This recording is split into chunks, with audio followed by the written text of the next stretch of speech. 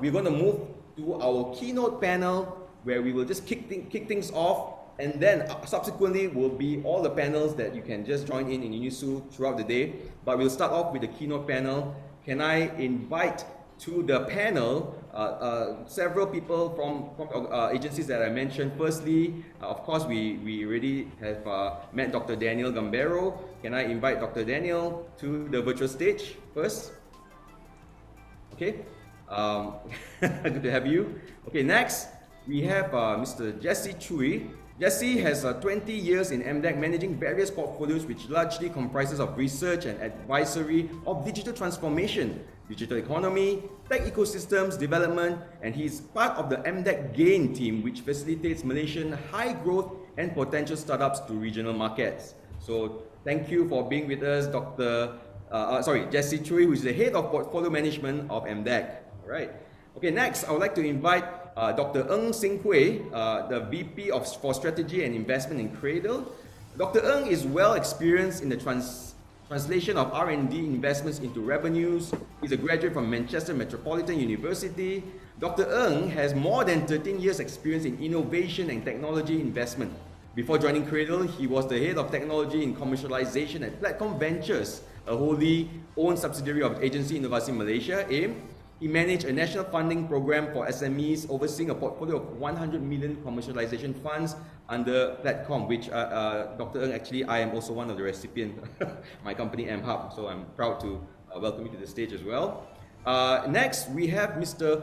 Rajen Doraira, who's a senior manager in partnerships of the Malaysian Global Innovation Creativity Center, otherwise known as MAGIC, and they recently just rebranded, and we'll hear more about it from Mr. Rajen. Rajen has a strong experience in digital transformation and business development which spans over 20 years.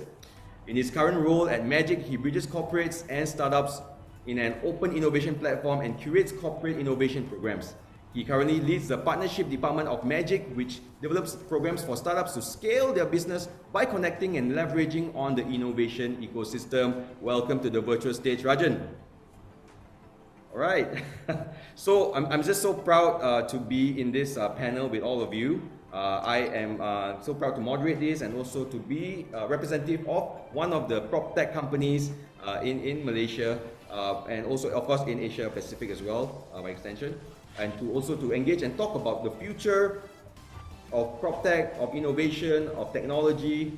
And firstly, I would like to maybe set the context, that really for the uninitiated people who will be watching, because people are watching from all around the world, okay? They may not be familiar with your household names as Malaysians are. So for the uninitiated tech people, what are the focus of your respective agencies? And maybe also by extension you can share also, what do you look into personally? Can I start with Mr. Rajen? Good morning. Thank you very much, Listen, for the kind introduction. Good to see everybody again. People from the Malaysian ecosystem, right? So, all right, latest in the news, MAGIC is actually merging with the Technology Park Malaysia. It was announced on 9th of November, and a new agency called Mranti has been launched, and it will be fully operationalized in January. So the mandate of Mranti is to bridge the gap between the research academia and the corporate businesses in terms of IP commercialization. So that would be our main drive moving forward. However, we will still be in the ecosystem because startups, corporates, universities, research institutes and all that are our stakeholders. And we will be bridging the gap between them to increase Malaysia's Global Innovation Index ranking. So that's our aspiration. So moving forward, thank you. Thank you, Rajen. And like Dr. Daniele mentioned earlier on, we also did an MOU with Rajen just a few weeks back, and we are collecting different MOUs to again scale, because the Malaysian Proptech Association is also like a startup. We are also gaining traction, and we are also getting awards and all these MOUs and partnerships, and it's really meaningful to us. Can I hear now from Dr. To share a bit about what's happening in your organization? Thank you, Dr. Sorry, you're muted right now. I can't hear you. Sorry, Dr. we can't hear you right now. Maybe we'll start with Jesse while we sort this thing out. Okay, maybe we hear from MDEC, Jesse, to share about what the focus of your agency. Yep. Thank you, Jason. And first of all, congratulations to Cradle and Proptech Association for signing the MOU. We're indeed very happy to be on this panel together with our fellow agencies, Cradle and Magic, to develop the startup ecosystem in Malaysia. So MDEC, as you know, has been around for 25 years. We celebrated our 25th anniversary this year. And as you know, today, many of the tech companies we have in the ecosystem, we have a large variety of them, right? There are strengths in FSI, there are strengths in manufacturing, and of late I see there are strengths in PropTech as well, health tech, agri-tech, and so on, right? So I think one of the key mandates for MDEC is really how we can support the growth of not just the startups, but also the scale-ups, right? And the companies that are perhaps on the verge of coming into a unicorn. So MDEC's focus really moving forward will be on working with partner agencies as well as partners in the countries, the regional countries, to develop and accelerate the growth of these companies. And a big part of our focus will also be on building talent, continue to build talent, working closely with the institutions of higher learning, polytechnics especially, to develop the sort of talent that will fuel the growth of the Malaysian tech companies. And for me personally, I look at the portfolio of Malaysian-based tech companies and working together with colleagues to support their growth through the various means such as market access into the region, funding facilitation to funding partners not just locally but also regionally, providing visibility where appropriate, and last but not least, to support them by connecting to the right mentors in the ecosystem. All right, thank you. Thank you so much, Jesse. That's really, meaningful. I think seriously for all of us, and we always look at MDEC as the the direction and moving ahead and just leading the way. And all of us are like, wow, so excited to be part of it. Can we have Dr. Ng right now? Are you able to? Oh, still no sound. Still no sound. Do you? Yeah. Are you logged in with a different speaker or headset or anything like that? Try to check on the setting, doctor. Where is your speaker connected? Your microphone.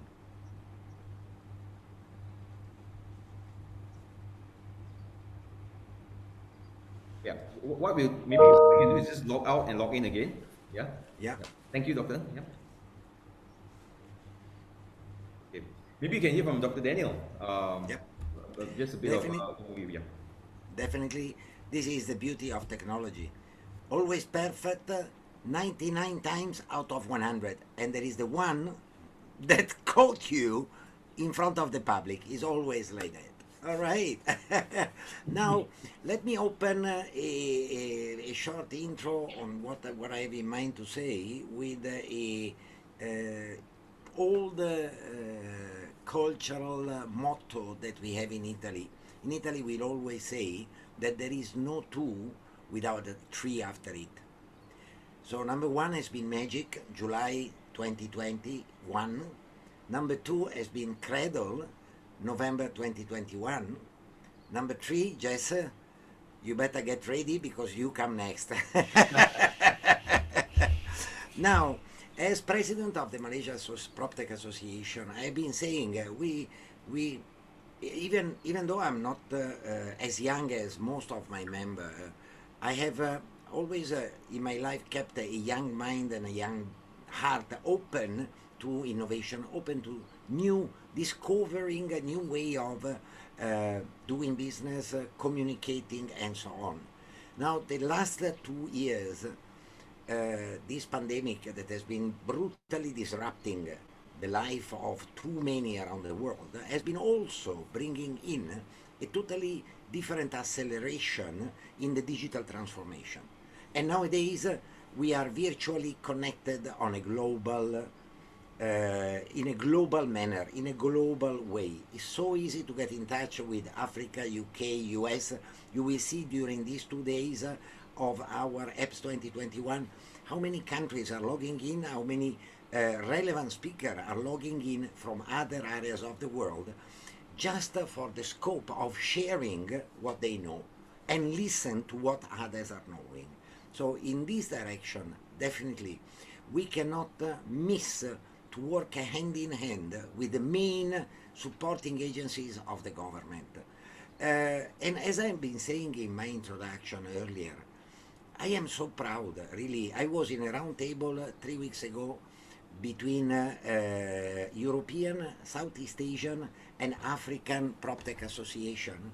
And when I've been mentioning only the tip of the iceberg of what Cradle, MDEC and Magic are doing for the startup world in ecosystem in Malaysia, these African partners of ours were really blowing up their mind, and they said, you don't know how lucky you are. And this is true, and this is absolutely true. In a world of technology, there cannot be a positive growth and a sustainable long-term growth of ecosystems if there is no support, active support from the government. And from our side, as Proptech, Malaysian Proptech Association, let me say that we look at the signing of this MOU not as a nice piece of paper to place up on a wall, but a way, a secret door to enter the 3 agencies of yours and keep on giving you trouble in a positive way, of course. Keep on opening a new channel of communication, new way of working hand in hand, new way of doing research, new way of giving value to the tech startup ecosystem of Malaysia. So this is how we aspire. We have this vision of working hand in hand with government agencies. And I return the floor to you, Jason. Yeah. Thank you. Welcome back, Dr. Ng. I hope you are able to. I hope you guys can hear me now. Oi! Thank you for a minute there. you had it over technology. Yes. Okay, where do I start now? So yeah, while technology is advancing, we also need to depend on people, and that's very important. That's always hand in hand, right? Machines are not going to take over yet. So, Dr. Ng, maybe in brief words, I mean, what is the focus of your agency, as well as your personally, what do you look into? Just to overview for people. Our focus, Cradle focus is always on the startup space. So what we do is, we, of course, funding is one of the things that we provide, but then not any startup or entrepreneur out there knows that, okay, when they start the business, they thought that money is the only thing that is lacking, right? So they come, they pitch for funding, and then towards the year we provide funding, and we realize that, hey, not just funding alone can help a startup. As you know, we support a whole array of technology startups. So funding alone is not important. So what we do is we have a lot of value-added service around it. What we envisage to do is to be the focal point of startup development in Malaysia, so that we can't be doing it all. What we envisage right now is to have a focal point whereby we will then help to connect our startup with very specific need to whoever ecosystem player out there. So as you know, recently we launched our My Startup platform. That is where we wanted to integrate all the startup ecosystem players to be there and support each other for mutual benefits.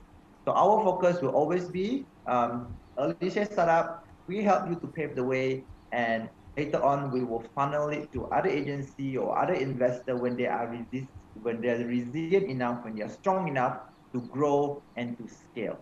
So in terms of focus, we will focus on the early stage, but then we will also be the focal point for the entire ecosystem, bringing all the players together so that the journey for a startup or an entrepreneur is easier for them.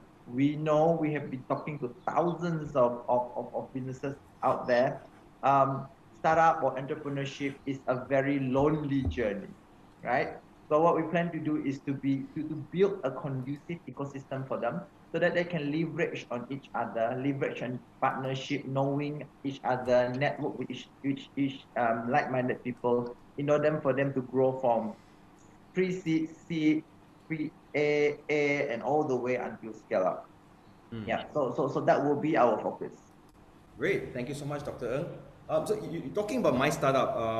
I visited the portal and I've seen quite extensive database of all the different startups in Malaysia. Is that the intention to really have a full database of startups? Yes. And scale-ups? Yes. So I think I have to set the expectation right. What we've just launched was the MVP, the minimum viable product, just to kickstart everything. So it's like a call of action for all ecosystem to come in. So ideally, it is not just a directory of all the startup and all the VCs, right? Everything should be there. So if I'm an investor, what do I want? I want a deal flow, a good sort of quality startup for me to invest in. So what we plan to do is to have a list of startups in there. If I'm a startup, right, what do I want? I want a list of investor. I want a list of service provider. I want a list of whatever it is, right? It should be there. So technically what we just launched was MVP. And as we grow, technically for maybe a year or 12 to 18 months, that is where the platform will really come up and serve as its intended purpose, which is a diverse network of all the relevant players to be in there. But of course, right now it's just a list of limited input. So that's why we really encourage people to be to go on to leverage on whatever platform that we have, and also to add in the data, add in the information, and then speak to us like, what do you envisage? What do you want from this platform?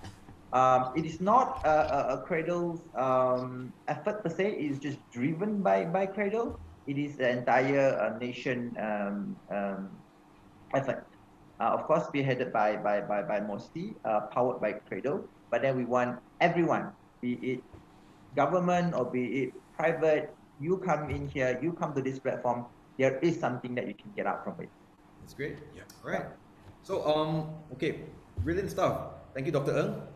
From your estimation panel and your vantage point, how has the Asian tech and innovation scene changed in the last 2 years? Some have said that COVID has caused a 5 to 7 years acceleration. Do you think this is true? What do you think? Maybe start with Rajen. Well, definitely, COVID played a big role in accelerating the adoption of technology, digital automation, etc. Especially in the space of convenience, right, in platform economy. So a lot of people were stuck at home, so ordering their food online, getting rides also probably online, they were to get from point A to point B, right? So everything is done from home. This has actually increased, investments from VCs and into the platform economy or the startups or tech companies that actually were providing these services. So it has actually grown in the last 2 years. Plus, it has also pressured, traditional brick and mortar businesses also to go online, right? Manufacturers had to, pass through the supply chain directly to market their products on online marketplaces, through e-commerce. Same thing, because a lot of supply chains were disrupted, right? Road closures and all that. So, especially in Malaysia, right? We took very strict precautions to control the COVID situation. And so a lot of supply chains were disrupted. People had to do things online, just to get products moving from point A to point B. Yeah, so definitely it has been, COVID, I would say, it's an oxymoron, right? It's become a boon to digital adoption, to technology adoption. Yeah, and a lot of people have been, I would say, become aware of it. However, some statistics which I read recently have shown that so far only about 26% of SMEs have got a digital adoption strategy. online, okay, to actually grow their business from this, from the setback of the pandemic. So they're still, looking at a cup half full.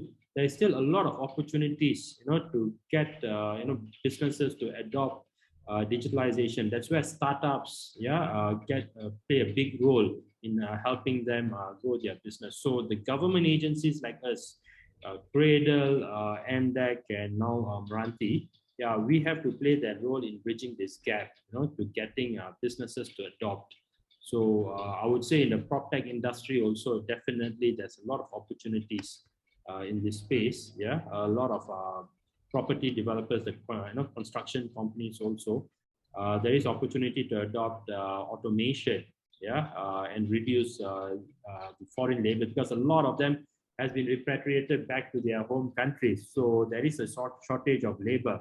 I was just renovating my house, back in December to April, and cost of material has gone up, plus cost of labor, double whammy, right? So it was a tough time. So automation, digitalization is the way to go, and the government agencies like us, are actually ramping up, to sixth tier to get this awareness moving and get them to adopt.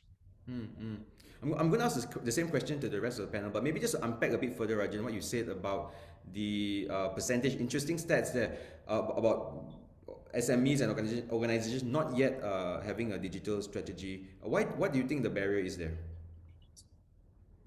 Well, I believe, what do you call that? Many of them still depend a lot on government incentives, thinking that, government, injection of capital into the economy may help them in some way, what do you call that, grow their business, plus, opening up of the economy and getting foreign labor coming back again, you see. So that could be in their back of their mind, you see. So, that would impede their plans to, I would say, have a strategy. However, this COVID situation, or maybe there could be another pandemic, God forbid, could come, and so it is really important for them to actually take these actions of having a strategy to, adopt automation and digitalization moving forward. So I guess, because, Malaysia is blessed, our government has been, supporting industry, unlike many other countries, right?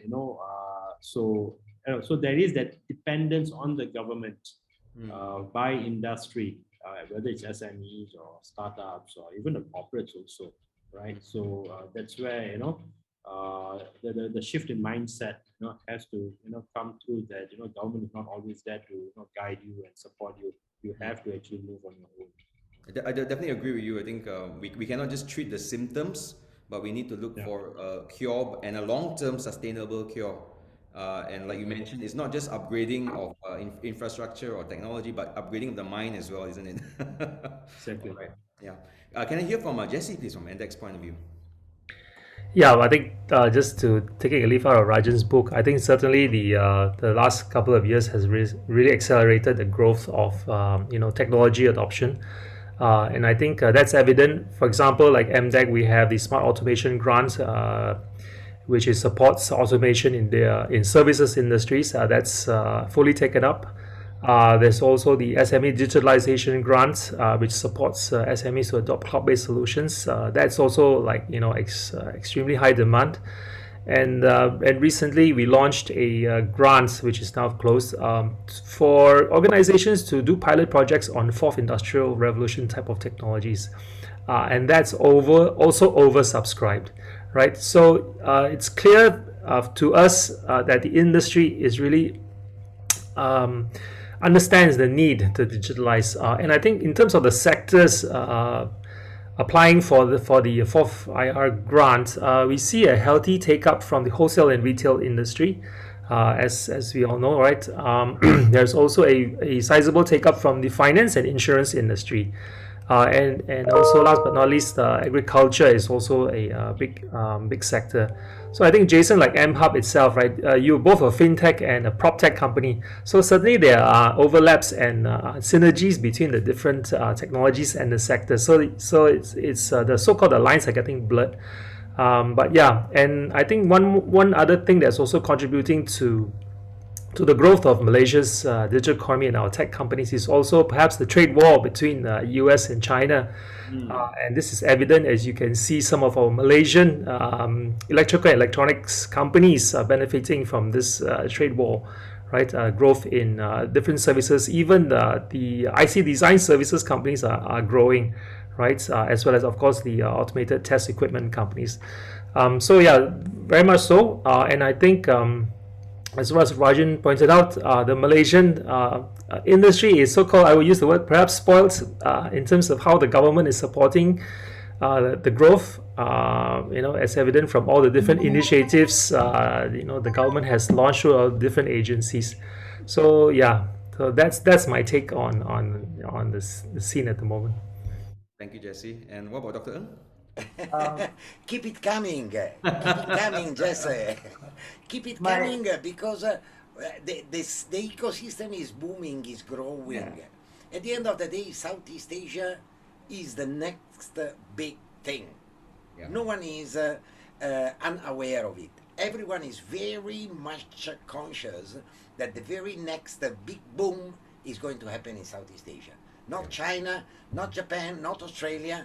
US and Europe are having their respective issues of various type. Nowadays I call myself half European, half Asian. Actually 70% Asian nowadays. But I look at how the culture is in Southeast Asia, how the passion, the openness, the spirit, the vision that Southeast Asian are having, and I am really hopeful and extremely passionate in looking forward another 10-15 years. Things are going to grow and grow very fast. Now, if we look at the economic stage, development stage in Southeast Asia, no doubt that right after Singapore, it's us. Us means, 70% Malaysian of me that is talking here. We are coming next. And we are, for many different reasons, more attractive. What we as a player in the market hope to see very soon is a strengthening of the digital infrastructure that is still lacking a bit in Malaysia. The so-said seventh pillar of the smart cities must be there to allow a faster growth. Earlier, Mr. Norman was saying we want to see at least 5 unicorn by 2025, and he hopes, and me too, and I'm sure Jason also, because he is one of the potential one eventually, unicorn from Proptech. It will happen providing the government can give us the proper infrastructure. Yes, Jesse, you're right, we are spoiled. We are spoiled, but in a positive way, because no doubt the government is helping the tech startup ecosystem, but still we need to run our side, because it's not I give it to you for free. No, I give you if I think you are really worth it, which is very good. Okay, we don't want to get anything for granted, and we are here willing to fight to obtain what the government is handing out towards us. I'm very excited, honestly, looking at the future, because I look at those acceleration program, the sandbox, all the different type, my startup ecosystem. We have been talking with Magic about looking into together. Actually, the idea came from Magic of looking together in a possible white paper on the Proptech ecosystem in Malaysia. Remember, Rajen, we were talking about it in July, May, June, July, saying, yeah, it's fantastic. We are willing to put in our efforts, providing Magic can take the lead, kind of, or MDEC or whoever, I mean, in the government agency, to make this happening. Why?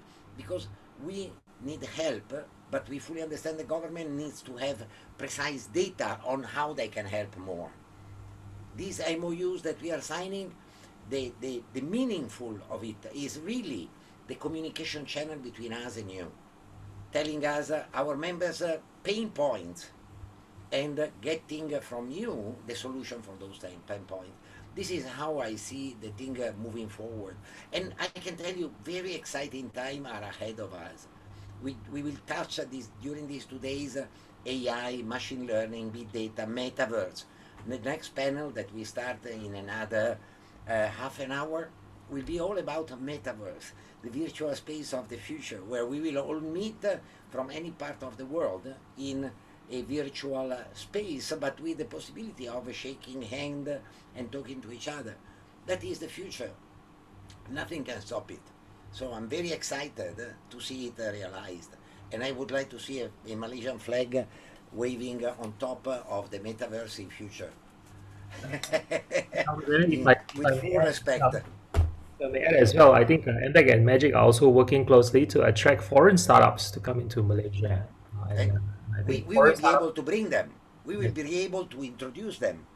Actually, I have found a very interesting way of putting the three of you in a little bit of trouble, promising that I will do my best in organizing a round table with the Nigeria Proptech, which is a booming market.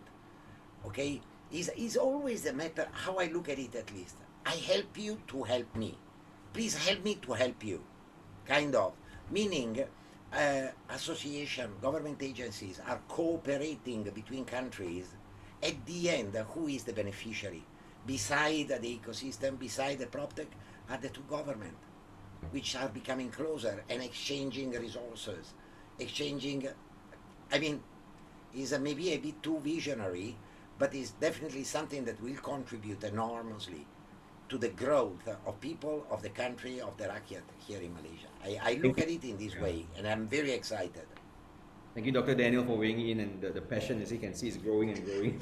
It's firing up, and this is just the first panel. It's the first panel, guys. Get ready for it. Sorry, Jesse, you wanted to finish your thought? You wanted to say something?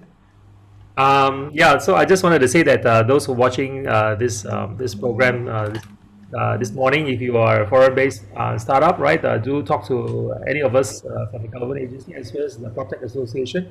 Absolutely. We'll be most happy to to welcome you into Malaysia. Great, great. Now let's hear from Dr. Ng. Yes, for my view is for this pandemic, right? It really does. Yes, it brings a lot of problem to us, but then at the same time, it open up a lot of opportunities. So I think there's a shift of mindset.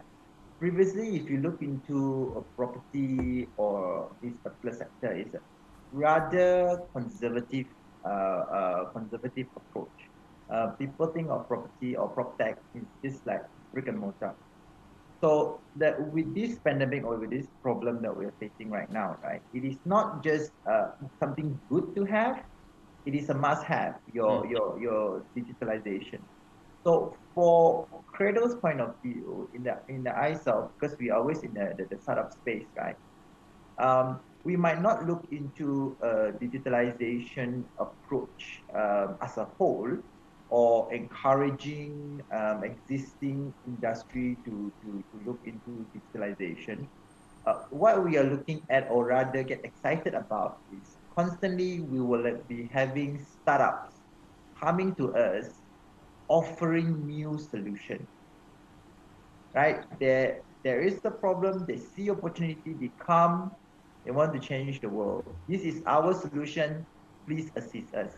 So we are very, very excited in that point, that more and more ideas and solution, of course, on a digital space, technology base, are coming up to us due to this COVID situation.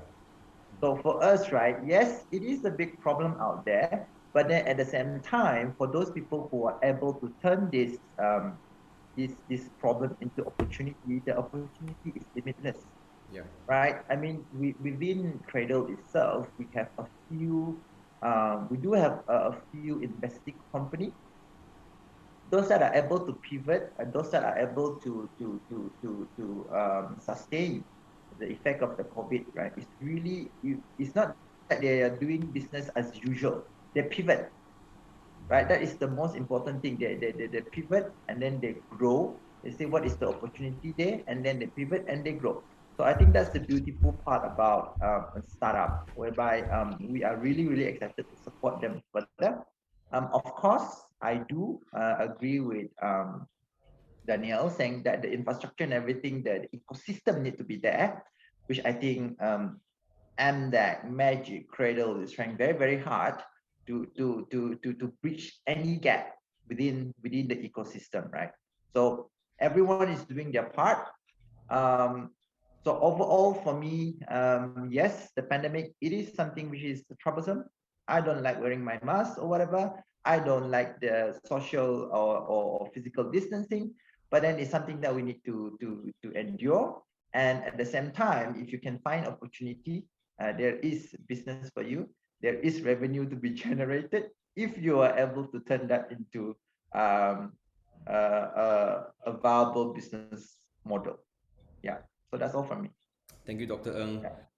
What I'm hearing from the panel, I think in summary, is that things have changed, and in regards to companies and organizations or a small business or whatever it is, if before it was nice to have or something investment into the future, now it has become a necessity and something we need to adopt as fast as we can, and not delay, not wait for handouts, not wait for new whatever government move, but really they take ownership of their own business and their own future, so to speak. I can speak on behalf of the property industry, where COVID has impacted really the developers, real estate agents, bankers, lawyers, buyers in many different ways. Of course, mainly is when you're unable to meet in person, right? Unable to even be at the sales gallery, unable to seriously, when the SOPs and different things were implemented right away, they were at a loss. What we saw, something that's unprecedented. So suddenly people are looking, what do we do next? Where do we go? How do we move forward? And that's where we saw many different innovation and many different exciting solutions came to the forefront.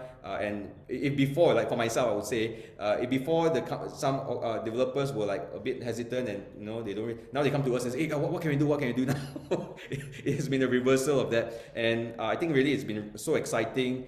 So much has happened in the past few months. But right now I want to speak into the people who are listening who are from startups and scale-ups. In regards to your organization, okay, firstly, can you share what future plans in your respective agency have for 2022 and beyond? What can startups, scale-ups, and SMEs look out for or be excited about? Like, I think some of them were already mentioned here and there.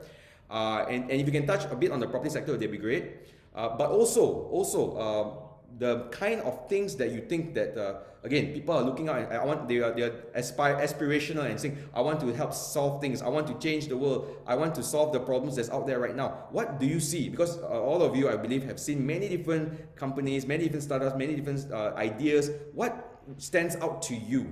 And then moving forward, the old ways have passed. Now it's time for a new wave of innovation, digitalization, and digital transformation. So firstly, again, what are your respective agencies planning for in 2022 and beyond, as well as what should then the startups and startups kind of like work towards or be relevant? It's not just about building a company, but it's about impacting positively our country and our markets as well. Right? So maybe I'll start off with Rajen once again. Right.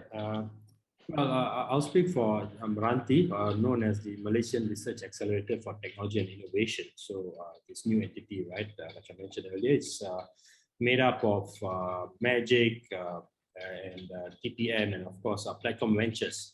Yeah. And moving forward, the mandate is to increase the commercialization of technology in Malaysia. So what we have for startups, right, is essentially to identify those IPs from research universities and institutes, especially for tech startups, right, who want to adopt these IPs, okay, which are really marketable, and so we want to introduce them to these new IPs, especially startups which have the capacity to take on IPs, right, the growth stage matured startups.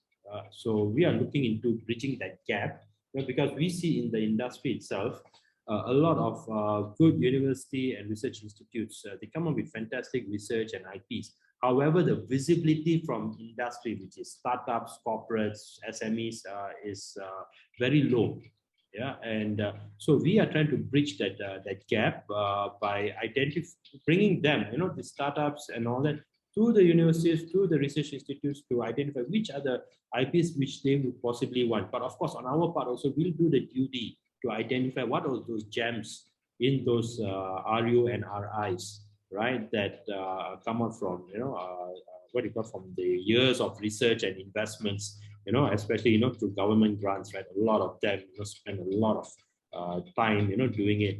So so what do you call? They may have the limited reach, right? These RU and RIs may have the limited reach to industry.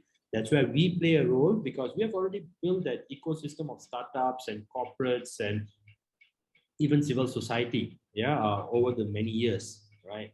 And the expertise that we have adopted, through the amalgamation of these three agencies, Platform Ventures, had fantastic, IP valuation skills, and I would say the know-how. Magic has got that, startup ecosystem, I would say relationship and capacity building programs.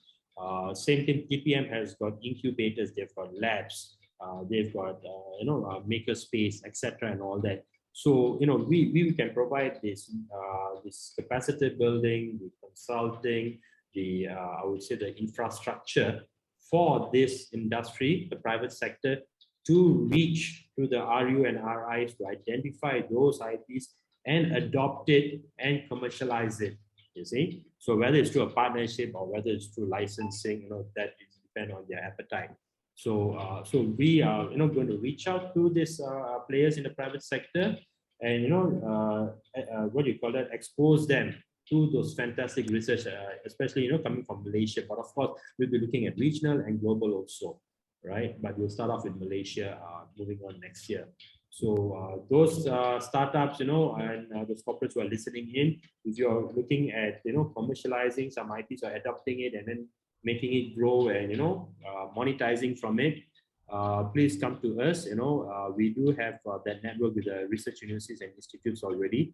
We just want to bridge the gap, expose you to it, and see whether you would want to take those IPs on board and take it and monetize from it. So we will provide that facilitation. Yeah, thank you so much, Rajen. I also just realized as you were speaking, I mentioned just now about Telecom Ventures and how MHub has been a benefit. Actually, Magic, now Mranti, we were also part of the alumni, and I've spoken to you separately. And seriously, it has the ecosystem and the support and the acceleration and the training of that does really make a big difference. Just wanting you guys to know you're doing a great job, and it really makes a big difference to people who really are have ideas, but they may not have the other things it takes to scale. So thank you once again, Magic and Mranti, and excited to hear what's coming up next. Right? I think there'll be a lot of new announcements coming up in next few weeks. All right, let's hear from MDEC, from Jesse.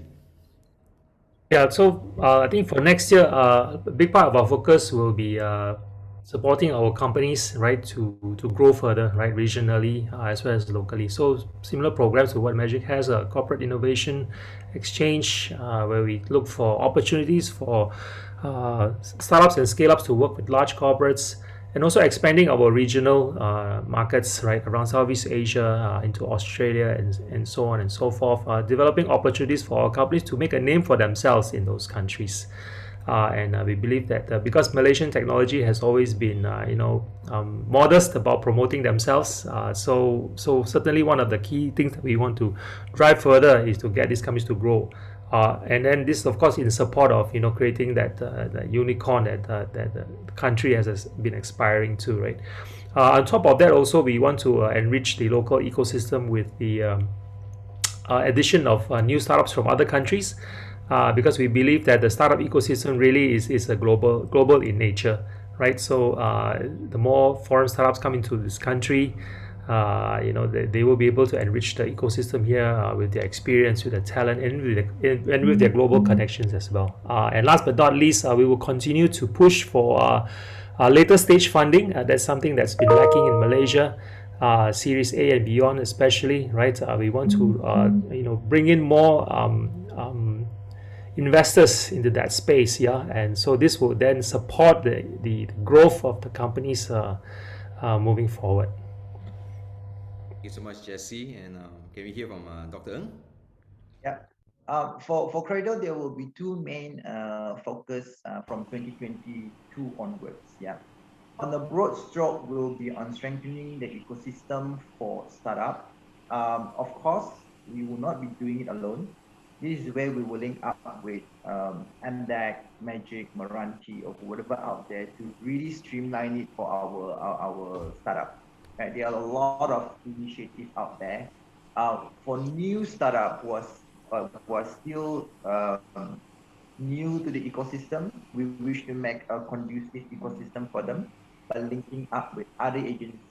So that will be the first so-called higher level intention from 2022 onwards, right? Because recently mostly launched, but I don't think it's made public yet in terms of the document. The startup roadmap, which is done by Magic and PwC. So the roadmap is there. It was been launched by the minister, but then I don't think it's yet been made public yet. So wait for it. Once it's public, then we will share. So that roadmap will have 16 uh, grand intervention, I would say, to strengthen the startup ecosystem.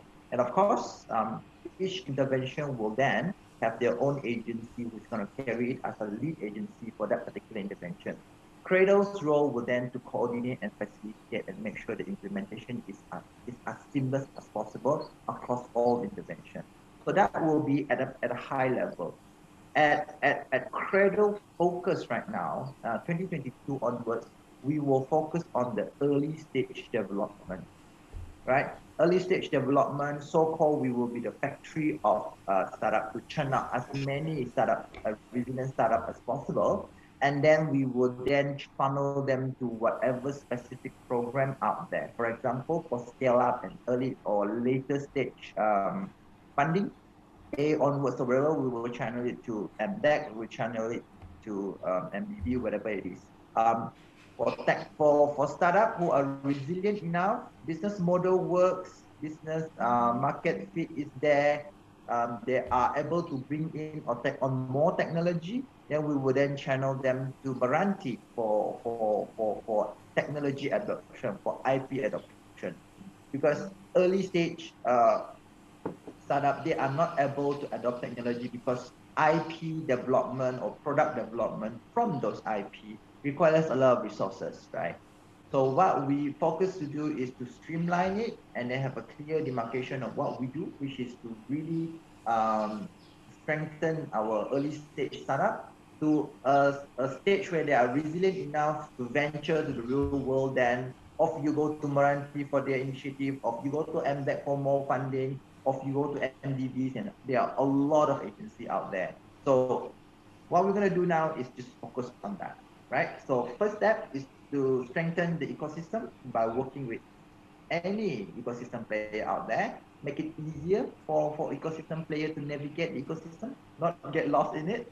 And then for us internally for Cradle, we will focus on the early stage as the startup factory that is gonna, we call it the launch pad. We're gonna launch a lot more, create a lot more startup to be funneled to later stage initiatives.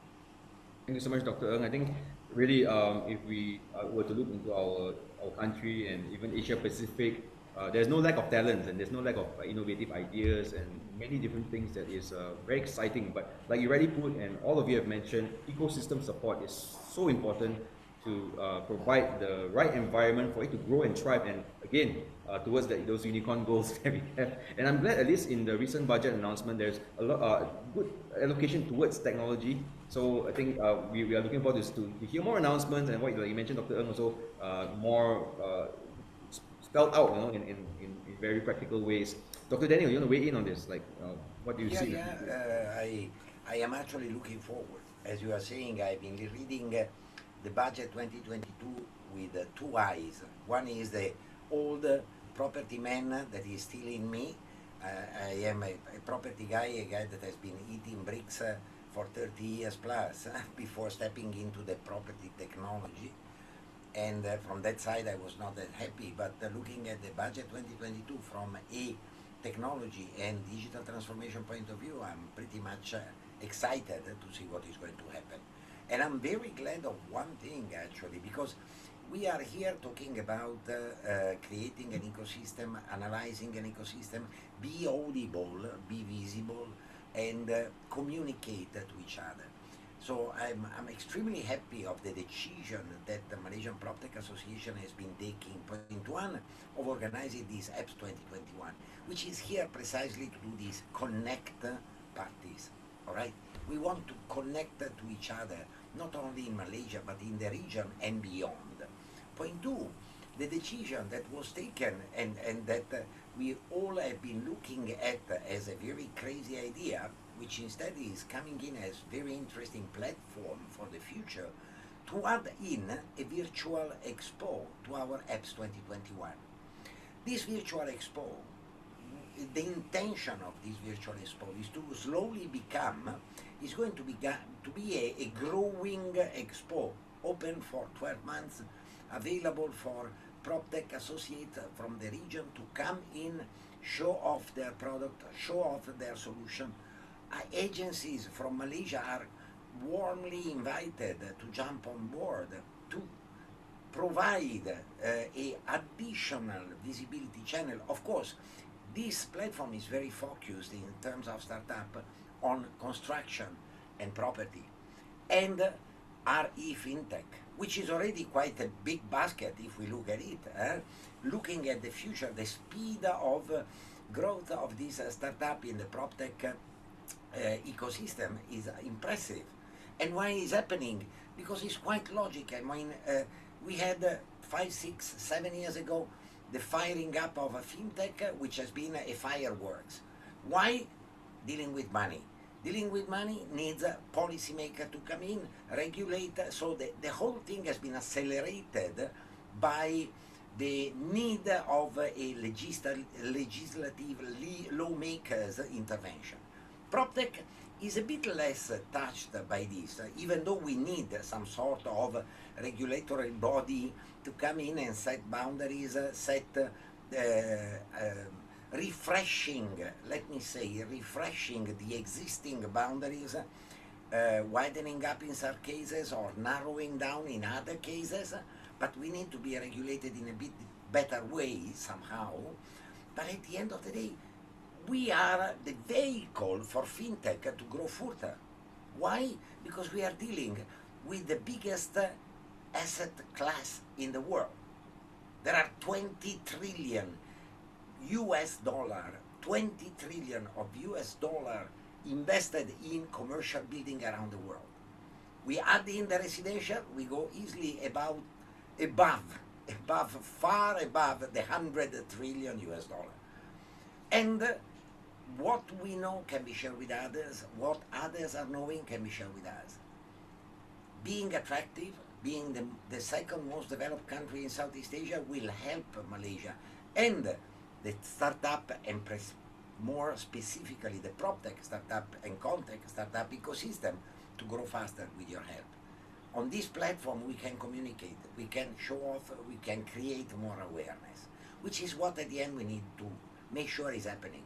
Because still too many people around, you talk about PropTechs, they look at you and say, Apani? What is that? What is that? I don't understand. Why PropTech? Why not property? So we are explaining. I've been participating in plenty of congress locally and overseas to expand more, to create more awareness about this. And this is what we need to keep on doing. We cannot stop. So looking in future, definitely we are here to connect. Definitely we are here to grow together in a very sustainable way. And I'm pretty sure, I would like to ask one question to Dr. Ng, if you don't mind, Jason, because he was mentioning we are here to become a booster of startup.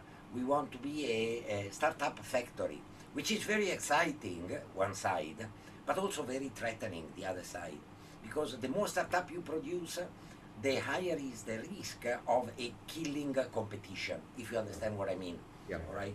I give you an example. In Europe, municipalities, for instance, are making sure that in one big road, there are X maximum number of restaurants, X maximum number of clothes shops, X maximum number of shoe shops. Why? Because the government wants everyone to do well and produce profit and pay taxes. Yeah. Is there any guideline? Which are you looking at in terms of startup production? You are a production line. I love the idea, but are you looking into kind of framework, kind of boundaries, kind of limiting some numbers to make sure that the environment, the ecosystem remains very conducive? Yeah. Can I interject first? We have 4 more minutes, all right? So as Dr. Ng answers, I also ask for the rest, just answer the same question. As Dr. Ng answers Dr. Daniel's question. But also, I think what Dr. Daniel say is true, what even Norman Matthew mentioned earlier about properties being the largest asset size, right? But think of it objectively, I think a lot of technology is very much following what the other bigger countries and more technologically advanced countries are doing.